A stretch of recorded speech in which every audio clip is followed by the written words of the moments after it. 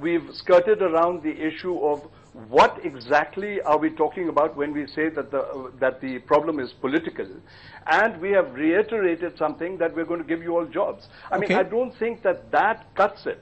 Okay, so something more radical has to happen. You feel the Prime Minister should have done something more radical, taken a bigger risk. Amitabh Mattu, I'll come to you in a moment, but Mirwaiz Omar Farooq is joining us of the Hurriyat conference. Mirwaiz Omar Farooq, you're under house arrest. Do you sense in the Prime Minister's statement a desire to break the logjam? And are you willing to take the Prime Minister at face value as a well-intentioned man and reach out to him now? Has the time come first to end the violence? The Prime Minister said, I'm ready to start a political dialogue, but first the violence must end.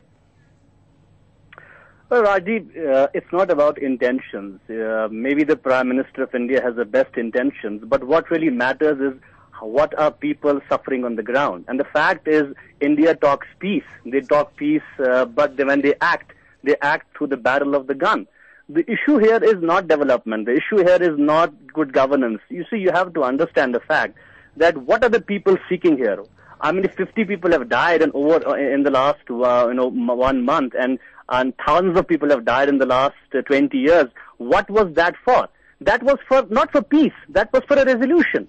And we demand a resolution of the Kashmir problem. But the Prime Minister is taking it step by step. The Prime Minister of this country is doing this step by step, saying, look, end the violence, then we'll talk. You're now saying, let's have a resolution of the Kashmir issue. You're going to the end point, not the starting point. Rajiv, you have to understand, the Prime Minister is again talking about management. We don't want to manage the problem. We want to resolve the problem. We have to move from conflict management to conflict resolution. And in that direction, I think we have given the point of view is very clear. We have given suggestions, we have given proposals what the government of India needs to do in terms of addressing the problem on the ground, and also in terms of addressing the real issue. The real issue is that basically, see, can I just hold political dimension? No, you have to give me some time. Understand my point. See, what we can hear from the Prime Minister saying that, he was talking about economics, he was talking about jobs, he was talking about incentives.